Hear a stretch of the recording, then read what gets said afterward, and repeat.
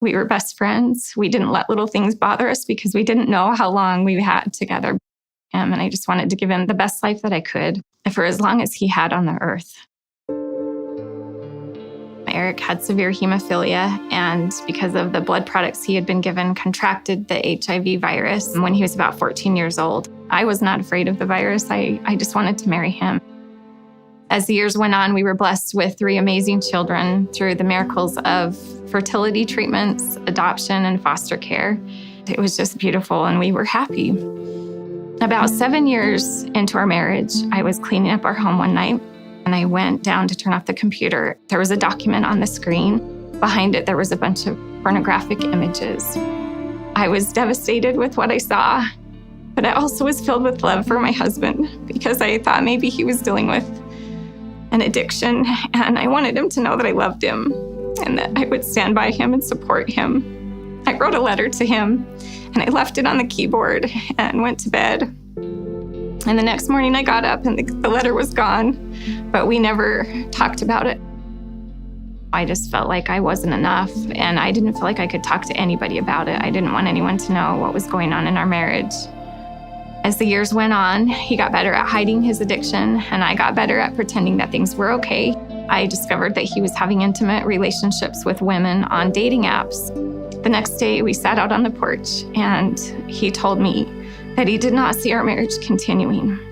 I was floored. I had not seen that coming. I thought for sure I would just be telling him again what I had found and asking him to get help. And it was during this time that our youngest son noticed that his dad was starting to drive really weird. Our middle son, who was living with Eric at the time, started to tell me that he noticed his dad was having a hard time talking. It eventually was diagnosed that he had a disease called PML, or progressive multifocal leukoencephalopathy.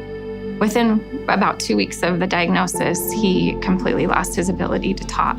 He lost the use of the left side of his body, and it was very difficult for him to maneuver around in his home and different things. And the kids were having to spend a lot of time there watching him and making sure he was okay. And so it became necessary for me to step in and help because they didn't know what else to do.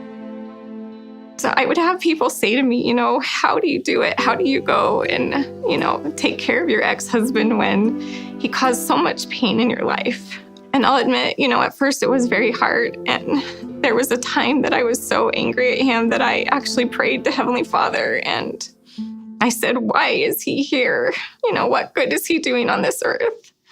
He's leading our children away from the church. He's causing so much pain for me. But one day I asked him, help me to see Eric through your eyes. And I believe that's when the change happened for me. I was able to see him as a beloved son of God. When you do get to feel that love that he has, you cannot help but forgive. You cannot help but love that person. It truly is a miracle. It was easier for me then to step in and to see him and be compassionate towards him and to feel that love and concern for him. Miracles also happened with our daughter, who he had pushed away. They were able to spend just sweet, precious hours together in the hospital and care centers, sharing love for each other. And our other 2 children were able to heal their relationships with him as well. The day that Eric passed away, he was surrounded by his family, by his children, by myself, by dear friends. Truly, it was a miracle as we were all able to be part of his life again. That power of the atonement is what it is. It's what changes us. It has this miraculous ability to open your eyes or to soften your heart or to just help you to overcome any hard thing. If we ask, we can really see each other as, brothers and sisters and as people who are truly loved.